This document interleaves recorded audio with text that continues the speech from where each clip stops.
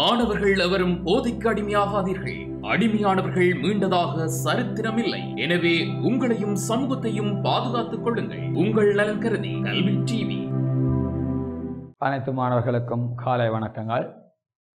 நாங்கள் தரம் 10ஆம் ஆண்டு பகுதியுடைய இலக்கண பகுதி வரிசையை முழுமையாக அவதானித்து உள்ளோம். இலக்கண பகுதியை முழுமையாக நாங்கள் அவதானித்து அதில் வார விடயங்கள் எல்லாம் என்னால் விளங்கப்படுத்தப்பட்டு உள்ளது. இன்றைய இந்த வகுப்பில் நாங்கள் தமிழ் எழுத்துக்கள் என்று சொல்லப்படுகின்ற ஒரு 10ஆம் ஆண்டில் வருகிற ஒரு கட்டுரை பகுதி டாக்டர் மூனா வரதராசன் அவர்களால் எழுதப்பட்ட ஒரு பிரதானமான ஒரு கட்டுரை பகுதியை பற்றிய ஒரு விடயத்தை நாங்கள் இன்றைய இந்த வகுப்பில் அவதானித்துக் கொள்வோம். டாக்டர் மூனா வரதராசன் அவர்களால் எழுதப்பட்ட ஒரு கட்டுரை பகுதியாக தமிழ் எழுத்துக்களின் உடைய அந்த தமிழ் எழுத்துக்கள் எவ்வாறு தோற்றம் பெற்றது என்றதை பற்றி ஒரு கட்டுரை பகுதி ஒன்றை இந்த பாடத்தினுடைய முன்பகுதியில் பாடங்கள் வருகிறது. அந்த பாடங்களில் வருகின்ற விடயங்கள் என்ன செய்யண்டால் எக்ஸாம் பேப்பருக்கு வருவது இல்லை. ஆனாலும் இன்றைய இந்த வகுப்பில் இந்த பாடத்தை பற்றிய ஒரு விளக்கத்தை நாங்கள் தெரிந்து கொள்ள வேண்டும். என்றால் தமிழ் எழுத்துக்கள் என்பது அதனுடைய ஒரு தலைப்பாக இருக்கின்றபடியால் அந்த பாடத்தை பற்றிய சின்னொரு அறிமுக விளக்கத்தை இன்றைய வகுப்பில் நாங்கள் என்ன செய்வோம் என்றால் அவதானித்திருப்போம். அவை இதில் நீங்கள் பார்த்தீங்கன்றால் ஒரு மனிதனுக்கு மொழி என்பது பிரதானமான ஒரு விடயமாக இருக்கிறது. மொழி என்பது ஒரு பிரதானமான விடயம். மொழியில வார அடுத்த ஒரு பகுதி தான் என்னவா இருக்கொண்டால் எழுத்துக்கள் என்று சொல்லப்படுகின்ற ஒரு பகுதி. மொழி என்றா என்னவா இருக்கும் என்றால் இரண்டு தரப்பினர்கள் இடையே கருத்துக்களை பரிமாறுவதற்கான அந்த பரிமாற்ற ஊடகத்தை நாங்கள் என்னென்று சொல்லுவோம் என்றால் மொழி என்று சொல்வோம். இரண்டு தரப்பினர்களிடையே கருத்துக்களினை பரிமாறுவதற்கான ஒரு பரிமாற்ற ஊடகம் மொழி என்று என்ன செய்யப்படும் என்றால் அழைக்கப்படும். மொழி இல்லாமல் எங்களுடைய கருத்துக்களை நாங்கள் எந்த சந்தர்ப்பத்திலும் யாருக்கும் எங்களோட கருத்துக்களை நாங்கள் வெளிப்படுத்த முடியாது. நாங்கள் ஒரு விடயத்தை ஒரு ஆளுக்கு சொல்ல வேண்டும் அல்லது எடுத்து கூற வேண்டும் என்றால் அங்கே மொழி என்பது பிரதானமான ஒரு அடிப்படையான மூலாதாரமாக இருக்கிறது. மொழி என்பது என்னவா இருக்கும் என்றால் ஒரு அடிப்படை. எங்களோட கருத்துக்களை நாங்கள் இன்னொருவருக்கு தெளிவாகவும் திருத்தமாகவும் செம்மையாகவும் குறிப்பிட வேண்டும் என்றால் எங்களுக்கு அங்கே தொடர்பு படுகின்ற பிரதானமான ஊடகம் மொழி. இந்த மொழியில பார்த்தீங்கன்னா அடுத்தது எழுத்து என்ற ஒரு விடயம் இருக்கு. எழுத்து என்றா என்னென்றால் எந்த ஒரு மொழிக்கும் பயன்படுத்தப்படுகின்ற அடிப்படையான ஒலிகளின் உடைய வடிவம் என்னவா இருக்கும் என்றால் எழுத்து என்று சொல்லப்படும். அதாவது எந்த ஒரு மொழிக்கும் பயன்படுத்தப்படுகின்ற அடிப்படையான ஒலிகளின் உடைய வடிவம் எழுத்து என்று என்ன செய்யப்படும் என்றால் அழைக்கப்படுவதை நாங்கள் என்ன செய்யலாம் என்றால் குறிப்பிடலாம். அவை ஒரு மொழிக்கு அங்கே இருக்கிற எழுத்துக்கள் ஆனவை பிரதானமான அடிப்படையாக அமைந்திருக்கும். எழுத்துக்கள் இருந்தால் தான் நாங்கள் என்ன செய்யலாம் என்றால் அந்த மொழியை பற்றிய விடயங்களை நாங்கள் அறிந்து கொள்ளலாம். எழுத்துக்கள் என்பது எங்களுக்கு என்னென்னா மொழியின் ஒரு அடிப்படையான விடயம் எழுத்தாக இருக்கும். எந்த ஒரு மொழிக்கும் பயன்படுத்தப்படுகின்ற அடிப்படையான ஒலிகளின் உடைய வடிவம் எழுத்து என்று குறிப்பிடப்படும். அந்த வகையில் பார்த்தீங்கன்னா தமிழில் 247 எழுத்துக்கள் தமிழ் நெடுங்கணக்கின்படி இருப்பதாக என்ன செய்யறாண்டா குறிப்பிடப்படுகிறது. 247 எழுத்துக்கள் தமிழ் நெடுங்கணக்கின்படி தமிழ் மொழியில இருப்பதாக குறிப்பிடப்படுகிறது. இந்த கட்டுரை பகுதியும் அந்த தமிழ் எழுத்துக்கள் பற்றிய ஆரம்பத்தில் எவ்வாறான எழுத்துக்கள் காணப்பட்டன, அந்த எழுத்துக்கள் பிற்பட்ட காலத்தில் எவ்வாறு மாற்றம் அடைந்தன, இப்ப நாங்கள் தற்காலத்தில் பயன்படுத்துகிற எழுத்துக்கள் என்ன மாதிரியான அடிப்படையான விடயங்களை உள்ளடக்கியதாக காணப்படுகின்றது என்ற விடயத்தை அடிப்படையாக கொண்டு என்ன செய்கிறால் டாக்டர் மூன வரதராசன் என்பவரால் இந்த கட்டுரை பகுதி எழுதப்பட்டு உள்ளதை நாங்கள் அவதானிக்கலாம்.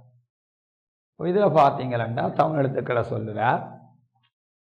வட இந்தியாவிலே சிந்து நதி பாயும் நிலப்பகுதியை சிந்துவெளி என்று சொல்வார்கள்.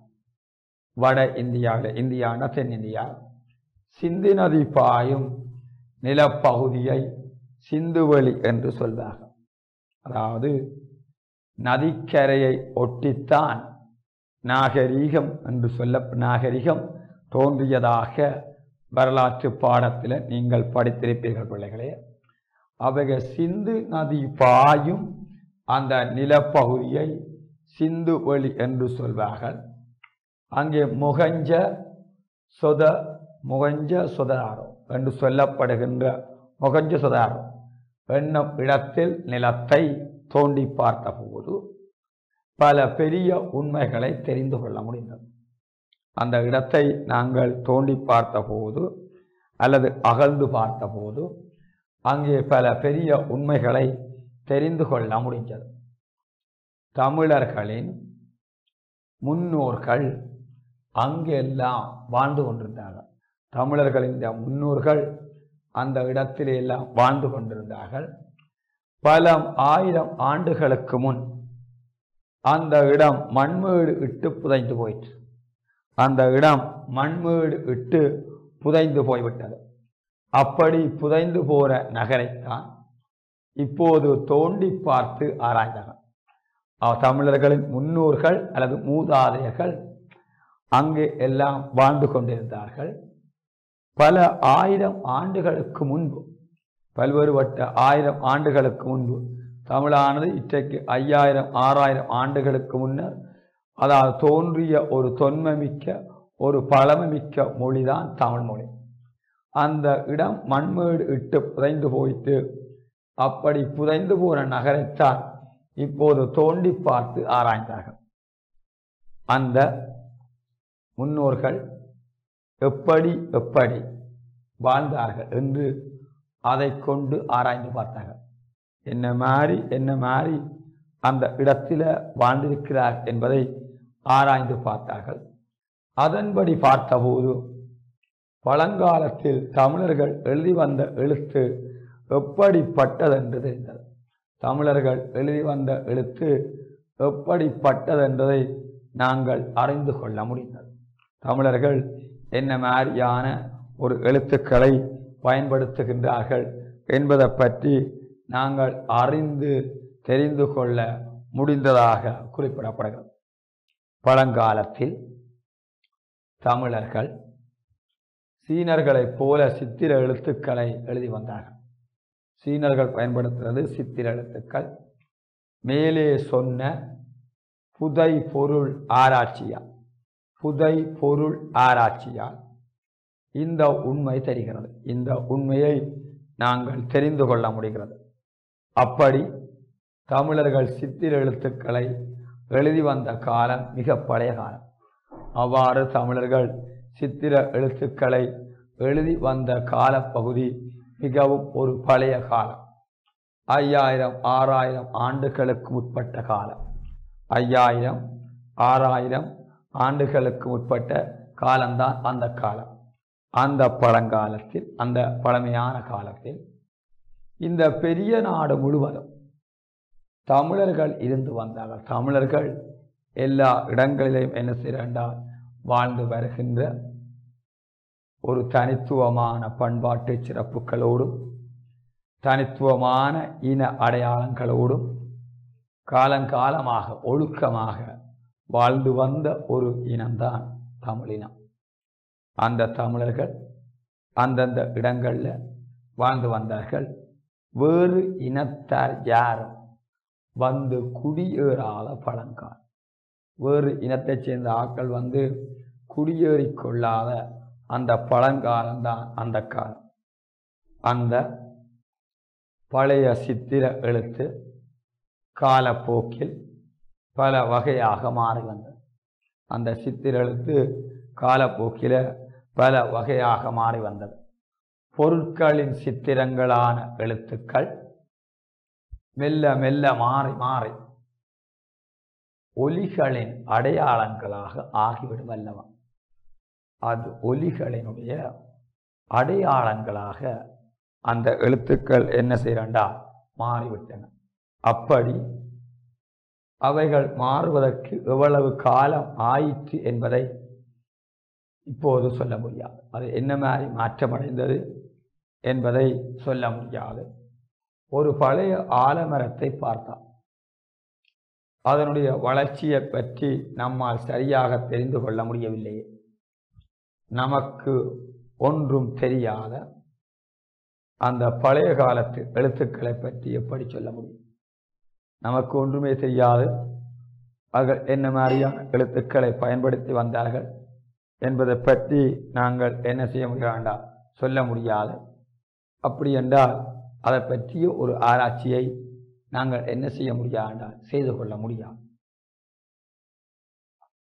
ஒன்று மட்டும் நன்றாக தெரிகிறது. பழந்தமிழர்களின் சித்திர எழுத்து மாறி அடையாள எழுத்தாக ஏற்பட்ட பிறகே அதிலிருந்து பிராமி என்னும் பழைய எழுத்து ஏற்பட்டது. பிராமி என்று சொல்லப்படுகிற பிராமி பீனா சாவண்ணா மீனா பிராமி என்று சொல்லுகிற பழைய எழுத்து ஏற்பட்டது. அந்த பிராமி எழுத்து நெடுங்காலம் வட இந்தியாவில் இருந்து வந்தது. அந்த பிராமி எழுத்து தான் வட இந்தியாவில் இருந்து வந்தது. அதிலும் எவ்வளவு கலப்பும் மாறுதல்களும் ஏற்பட்டு விட்டன. அசோகர் என்ற பெரிய ஒரு சக்கரவர்த்தி என்பவர், அந்த பெரிய அரசரின் காலத்தில் பிராமி எழுத்துத்தான் இருந்து வந்தது. வட இந்தியாவிலே பிராமி போல தென்னிந்தியாவில் இருந்த பழைய தமிழ் எழுத்து இருந்த எழுத்தே பழைய தமிழ் எழுத்து. வட இந்தியாவில் பிராமி போல தென் இந்தியாவில் பழங்காலத்தில் இருந்த எழுத்தே பழைய தமிழ் எழுத்து.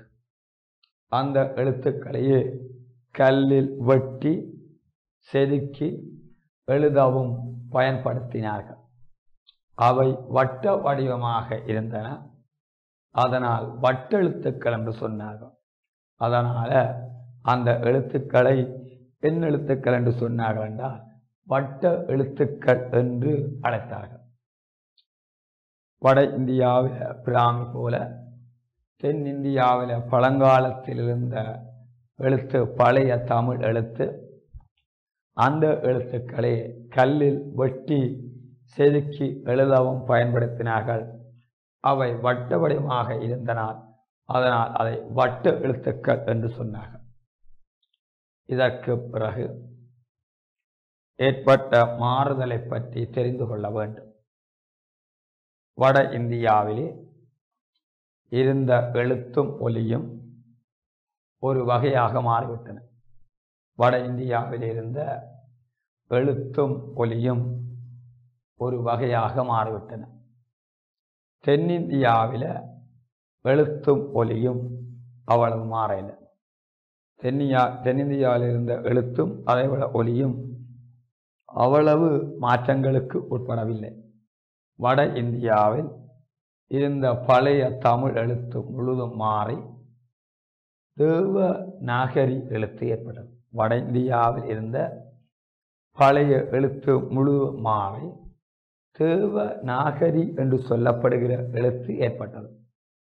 சமஸ்கிருதம், ஹிந்தி ஆகியவை இந்த எழுத்தில்தான் எழுதுகிறார்கள். சமஸ்கிருத எழுத்துக்கள், ஹிந்தி என்று சொல்லப்படுகிற எழுத்துக்கள் இந்த தேவநாகரி எழுத்தைத்தான் எழுதுகிறார்கள்.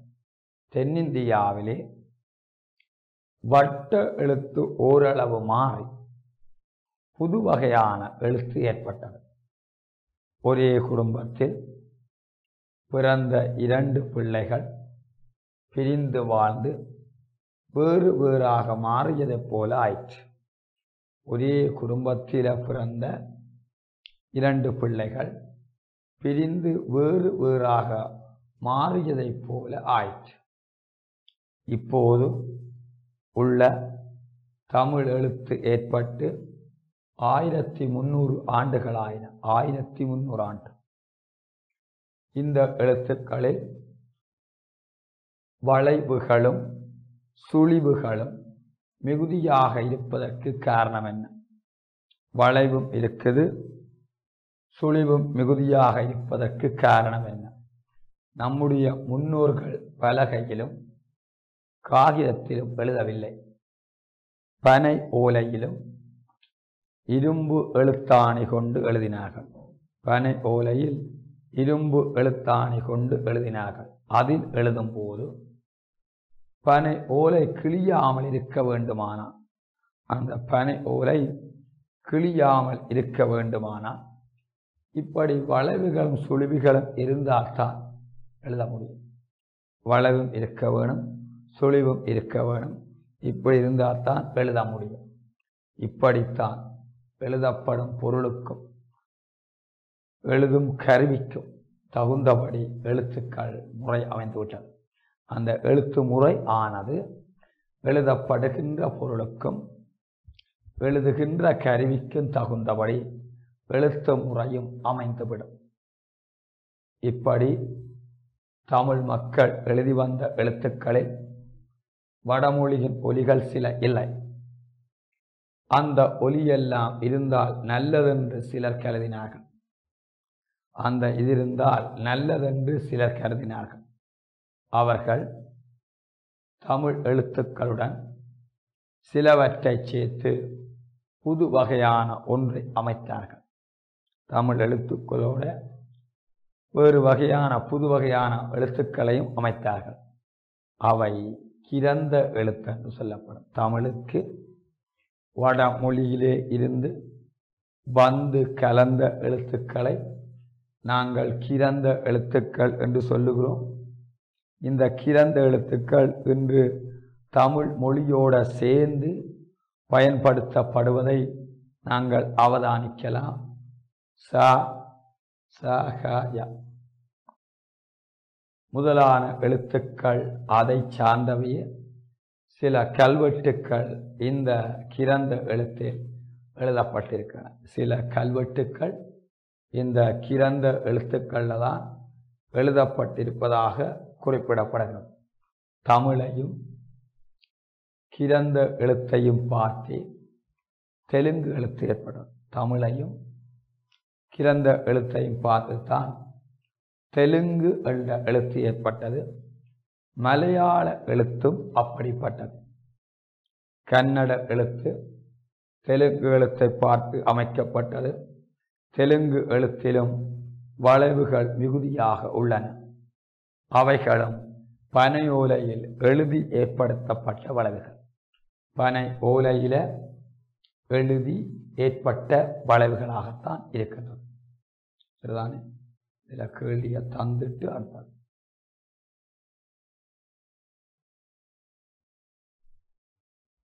முதலாவது கேள்வி, சிந்து வெளி என்று அழைக்கப்பட்ட பிரதேசம் எது? வட இந்தியாவிலே சிந்து நதி பாயும் நிலப்பகுதியை சிந்து வெளி என்று சொல்வார்கள். எந்த இடத்தில் நிலத்தை தோண்டி பார்த்தபோது பல பெரிய உண்மைகளை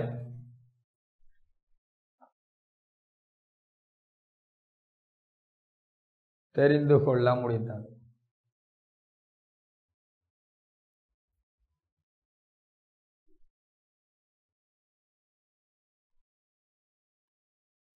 மொஹஞ்சதாரோ.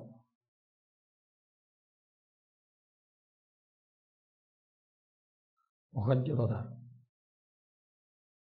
அடுத்த கேள்வி, அந்த இடத்தை அகழ்ந்து பார்த்தபோது அறிந்து கொண்ட முன்னோர்கள் எப்படி வாழ்ந்துள்ளார்கள் என்பதையும் அவர்கள் எழுதி வந்த எழுத்துக்கள் பற்றிய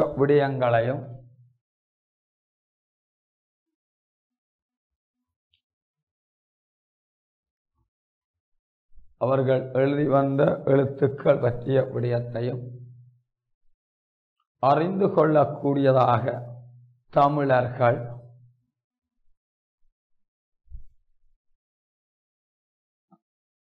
எந்த எழுத்துக்களை எழுதி வந்தார்கள்?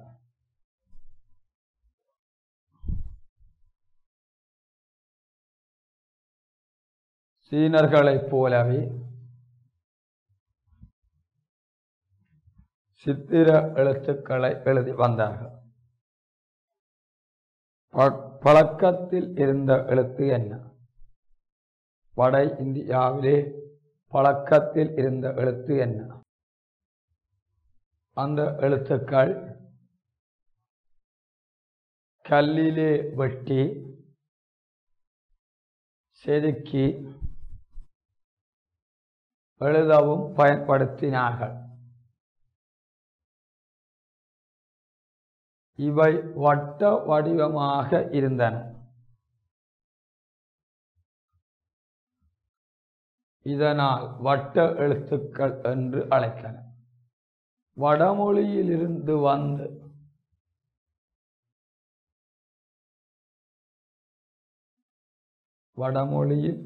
வந்து கலந்த எழுத்துக்கள்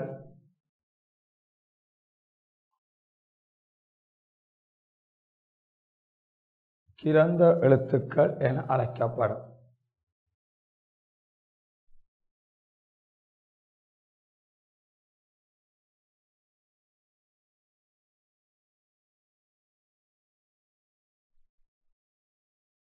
இப்போதுள்ள தமிழ் எழுத்துக்கள் ஏற்பட்டு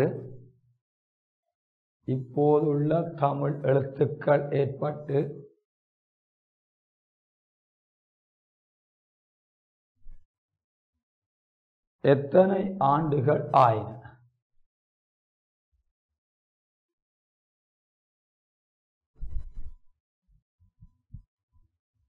1300 ஆண்டுகள். தமிழையும் கிரந்த எழுத்தையும்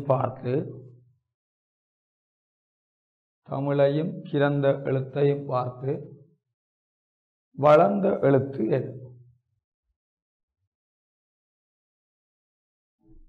தமிழானது 5000 ஆண்டுகளாகவே இலக்கியம் பெற்று வளர்ந்துவிட்ட மொழி. இலக்கியம் என்னென்றால் காலத்தை பிரதிபலித்து காட்டுகின்ற கால கண்ணாடியை நாங்கள் என்ன சொல்லுவோம்டா இலக்கியம். காலத்தை பிரதிபலித்து காட்டுகின்ற ஒரு கால கண்ணாடி இலக்கியம் என்று சொல்லப்படும். தமிழ் 5000 ஆண்டுகளாகவே இலக்கியம் பெற்று வளர்ந்துவிட்ட மொழி. அதனால் எழுத்துக்கள் அடிக்கடி மாறவில்லை. என்ன செய்யலைன்னா மாறவில்லை. கிரந்த எழுத்து எவ்வளவோ வேகமாக தமிழ்நாட்டில் பரவியது. பழைய கோயில்களிலும் வேறு இடங்களிலும் கிரந்த எழுத்திலே கல்வெட்டுக்கள் அமைத்திருக்கிறார்கள். ஆனாலும் இன்று தமிழ்நாட்டில் கிரந்த எழுத்து இருந்த இடம் தெரியாமல் மறந்து போய்விட்டது. இன்று தமிழ்நாட்டில் பார்த்தீங்களா கிரந்த எழுத்து இருந்த இடம் தெரியாமல் மறைந்து போய்விட்டது. காரணம் என்ன? தமிழ் எழுத்து நெடுங்காலம் பண்பட்டு அமைந்து மாறுதலுக்கு இடம் தரவில்லை. கால் என்ற எழுத்தே தமிழ்ல உண்டு. தேவ நாகரியிலும் கிரந்த எழுத்திலும் கா கா கா என்று 4 வகையான எழுத்துக்கள் உண்டு. ஒலியை பார்த்தால் கா கா என 2 வகை தமிழில் உண்டு. 2 ஒலிக்கும் ஒரே எழுத்து பயன்படும். கதவு என்று சொல்வதில் கா வன்மையாக ஒலிக்கிறது. நகம் என்று சொல்வதில் கா மென்மையாக ஒலிக்கிறது. இதில் ஒன்றும் தவறு இல்லை, இடையூறும் இல்லை. அதனால்தான் இன்று வரையிலும் பழைய முறையிலே ஓர் எழுத்தை பயன்படுத்தி வருவோம். அதாவது ஒரு எழுத்து தன்னுடைய இயல்பான ஒலியில இருந்து வேறு வகையில அதை மாறி ஒலிச்சால் அதை நாங்கள் தமிழ் இலக்கணத்தின்படி மாற்று ஒலி என்று நாங்கள் அழைத்துக் கொள்வோம். இப்படி சொல்வதால் தமிழ் எழுத்து முறையில் ஒரு வகை மாறுதல் ஏற்படவில்லை என்று எண்ணக்கூடாது. சித்திர எழுத்து வட்ட எழுத்தாகி வட்ட எழுத்தும் பிறகு மாறி வளரவில்லையா? அதுபோல பிற்காலத்திலும் அந்த எழுத்துக்கள் ஓரளவு மாறி வளர்ந்திருக்கிறது. அந்த எழுத்துக்கள் ஓரளவு மாறி வளர்ந்திருக்கிறது. திருவள்ளுவர் எழுதிய பழைய தமிழ் எழுத்து வேறு, இப்போது நாம் எழுதும் எழுத்து வேறு. திடீரென்று அந்த திருவள்ளுவர் இப்போது நம்முடைய வருவார் ஆனால் நாம் எழுதும் தமிழ் எழுத்துக்கள் சிலவற்றை படிக்க தெரியாமல் இது ஒரு புதிய மொழி என்று எண்ணினாலும் எண்ணுவர். நாம் மரம் என்று எழுதும் போது எப்படி எழுதுகிறோம்? முதல் எழுத்தாகிய மா எப்படி எழுதுகிறோம்? டாவை போல எழுதி பிறகு வளைத்து மடக்குகின்றோம். திருவள்ளுவர் காலத்தில் பா போல எழுதி அதன் நடுவில் ஒரு புள்ளி இட்டார்கள். அதை நாம் உப்பண்ணா என்று படிப்போம். திருவள்ளுவர் நம் எழுத்தை பார்த்தால் மரம் என்ற எழுத்தை புது எழுத்தென எண்ணி படிக்க தெரியாமல் நிற்பார். அவ்வாறு மரம் என்று எழுதினால் நாம் பிரப் என்று படிப்போம். மரம் என்று எழுதினால் அவரால் படிக்கவே முடியாது. எண்ணி பார்த்தால் இது வேடிக்கையாக இருக்கிறது. எழுத்துக்கள் என்ன செய்கிறாண்டால் ஆரம்பத்தில் இருந்த எழுத்துக்களுக்கும் இப்போது நாம் பயன்படுத்தி வர எழுத்துக்களுக்கும் இடையே வேறுபாட்டு தன்மைகள் காணப்படுகின்றன. அந்த வேறுபாட்டு தன்மைகளை நாங்கள் அறிந்தால் என்னவா இருக்க வேண்டாம், அது என்னவா இருக்க வேண்டாம், மாற்றங்களுக்கு உட்பட்டு என்ன செய்யறால் பயன்படுத்தி வருவதை உணர்ந்து கொள்ளக்கூடியதாக இருக்கிறது. சொல்ற விளங்கிட்டா? ஆரம்பத்தில் பயன்படுத்தப்பட்ட தமிழ் எழுத்துக்களும் இப்போது பயன்படுத்தப்படுகிற தமிழ் எழுத்துக்களையும் நாங்கள் அவதானிக்கின்ற பொழுது அதிலே சில மாறுதல்கள் அல்லது மாற்றங்கள் ஏற்படுத்தப்பட்டிருக்கும். மா என்ற எழுத்து இப்படி வளர்ந்தது போலவே இன்னும் பல எழுத்துக்கள் உருவம் மாறியிருக்கின்றன. தொல்காப்பியம் என்ற பழைய இலக்கண நூலில் ஏனா கம ஓனா என்ற 2 எழுத்துக்களுக்கும் புள்ளி உண்டு என்று சொல்லியிருக்கிறார்கள். மேலகுத்து புள்ளி இல்லாவிட்டால் அவற்றை ஏஎன்னா ஓவன்னா என்று பழங்காலத்தில் படிப்பார்கள். நாம் எழு என்று எழுதுவதை அவர்கள் ஏழு என்று படித்தார்கள். அவர்கள் ஏடு என்று எழுதியதை நாம் எடு என்று படிப்போம். இப்படியே ஓனா கம ஓவன்னா என்ற 2 எழுத்துக்களும் சிறு சிறு மாறுதல் உண்டு. இவை யாரால் ஏற்படுத்தப்பட்டன? 300 ஆண்டுகளுக்கு முன்பு பெஸ்கி என்று சொல்லப்படுகின்ற ஒரு பாதிரியார் இத்தாலி தேசத்திலிருந்து இங்கே வந்தார். அவர் தமிழ் கற்றுக்கொண்டார். வீரமா முனிவர் என்ற ஒரு தமிழ் பெயரை வைத்து கொண்டார். அவர் செய்த மாறுதலால் தான் ஏனா கம ஏஎன்னா ஓனா கம ஓவன்னா என்று இப்போதுள்ள உருவங்கள் ஏற்பட்டன. ஐயன்னா ஒவ்வொன்னா என்ற 2 எழுத்துக்களும் மிக பழங்காலத்தில் இல்லை. அது 2ம் கூட்டுயிர் என்று சொல்லப்பட்டது. அவைகள் பிறகு ஏற்பட்டவை. இவ்வாறு காலப்போக்கில் சிற்சில மாறுதல்கள் ஏற்பட்டன. ஆகவே எழுத்துக்கள் எல்லாம் படிப்படியாக ஏற்பட்டு வளர்ந்து வந்தவைகளை பாட்டும் வசனமும் ஆகிய இலக்கியம் எழுதி வைக்கும் முறை ஏற்பட்ட பிறகுதான் அந்த வளர்ச்சி நின்று விடுகிறது. எழுத்துக்கள் வளர்ந்தாலும் வளராவிட்டாலும் மாறினாலும் மாறாவிட்டாலும் ஒலிகள் வளர்ந்து வளர்ந்து பெருகி விடுகின்றன. ஆனால் அவைகள் எல்லாவற்றையும் தனித்தனியாக குறிப்பதற்கு போதுமான அடையாள எழுத்துக்கள் இருப்பது இல்லை. தமிழிலும் இப்படிப்பட்ட நிலைமை இருக்கிறது. உலகத்தில் உள்ள பேச்சு மொழிகள் எல்லாவற்றிலும் இந்த நிலைமை உண்டு. எழுத்து முறை என்பது ஒரு மொழிக்கு ஒரு கருவி. அது குறையற்றதாக இருப்பது அருமை. அது கூடிய வரையில் பயன்பட்டால் போதும். தமிழ் எழுத்து முறை அந்த வகையில் போதுமான பயன் தருவதாக இருக்கிறது. கூடிய வரையில் நன்றாகவுமே அமைந்திருக்கிறது. இது டாக்டர் மூனா வரதராசன் எழுதிய ஒரு கட்டுரை பகுதியாக தமிழ் எழுத்துக்கள் என்று சொல்லப்படுகின்ற ஒரு கட்டுரை பகுதியிலே தமிழ் எழுத்துக்களை பற்றிய சில அடிப்படையான சில விளக்கங்களை டாக்டர் மூனா வரதராசன் அவர்கள் குறிப்பிடுவதை நாங்கள் அவதானித்துக் கொள்ளலாம். எழுத்துக்கள் என்பது எந்த ஒரு மொழிக்கும் அடிப்படை ஆனதாக இருக்க வேண்டும். அந்த எழுத்துக்களினுடைய தன்மையை நாங்கள் பார்க்கின்ற பொழுது ஆரம்பத்திலே நாங்கள் கையாண்ட எழுத்து வகைக்கும் இப்போ நாங்கள் கையாண்டு வருகின்ற எழுத்து வகைகளுக்கும் இடையே வேறுபாடுகள் மாற்றங்கள் என்ன செய்கிறண்டா ஏற்பட்டு உள்ளது. அந்த மாற்றங்களை நாங்கள் என்ன செய்வோம்டா அறிந்து தெரிந்து நாங்கள் என்ன செய்வோம் என்றால் பயன்படுத்தி கொள்வது என்னவாக இருக்க வேண்டாம் சிறப்புக்குரியதாக இருக்கிறது.